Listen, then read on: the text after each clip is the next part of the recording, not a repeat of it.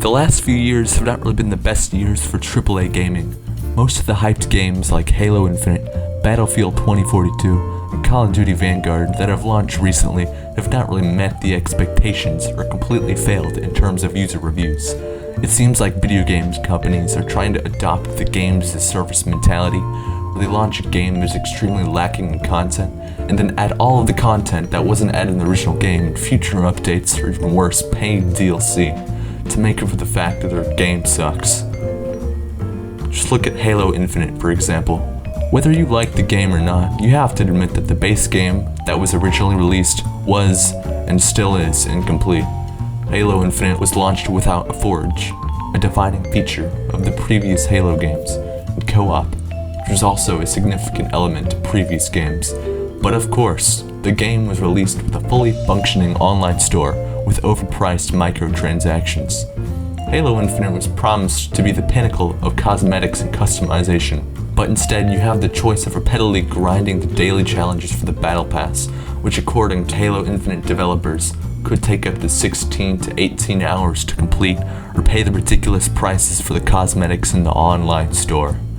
Speaking of microtransactions, pretty much most games nowadays come bundled with them.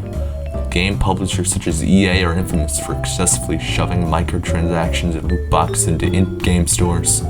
Games such as Apex Legends, both Star Wars Battlefront games, and pretty much every recent sports game they released all have microtransactions in them, and EA shows no signs of stopping this abhorrent practice. In the last year alone, EA has made around $2.8 billion in in-game content alone.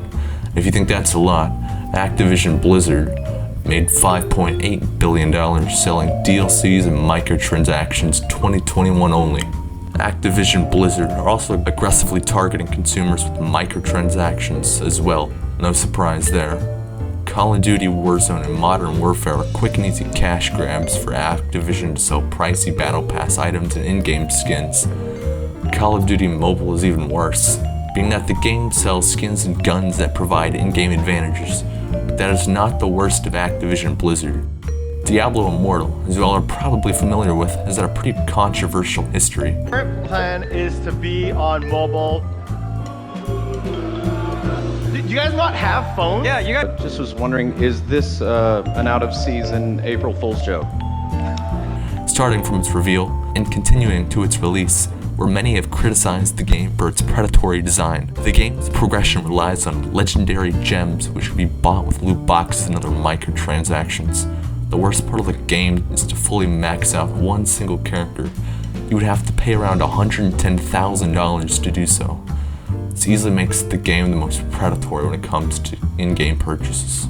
Loot boxes are another horror that are infested in modern AAA games. They're basically in-game content that can be unlocked through opening boxes that randomly give players items. The problem with loot boxes is they prey on people with addictive personalities and drain their wallets, which is pretty much gambling that is legalized and available for children.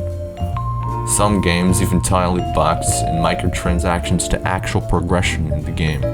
Star Wars Battlefront 2, released by EA, is a good example. When the game first launched, the multiplayer mode uses star cards to give the player new abilities and increased stats, and these star cards could be purchased with loot boxes. However, 6 months after the game's launch, EA did remove the option to purchase these cards with loot boxes.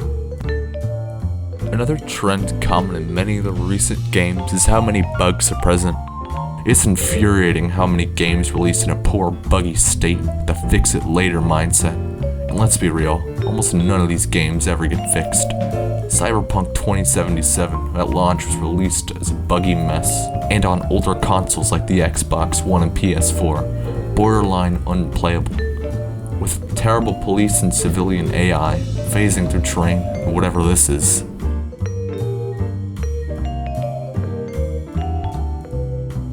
To give them some credit, they have patched out some of the bugs, but still the game is nowhere near stable. Battlefield 2042 is in arguably worse state than Cyberpunk 2077. The game still is full of glitches and bugs that ruin player experience, and some of them made me question how this game is able to load in the first place.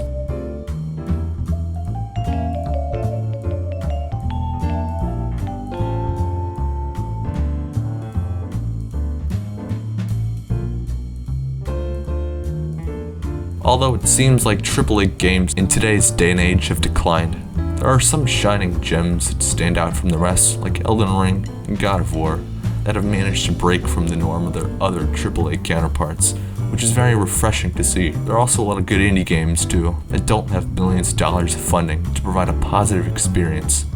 But for the gaming industry as a whole, whether or not the issues of this industry can be reformed, well, that remains to be unseen. So if you want to reject these shady corporations and their shady business practices, the best thing you can do is just simply not buy these games. And on that note, thanks for watching. I just wanted to say to you all, have a good night, have a good sleep, dream big, dream safe, and guys, remember, you are loved by God. Have a great night, everybody. See you tomorrow.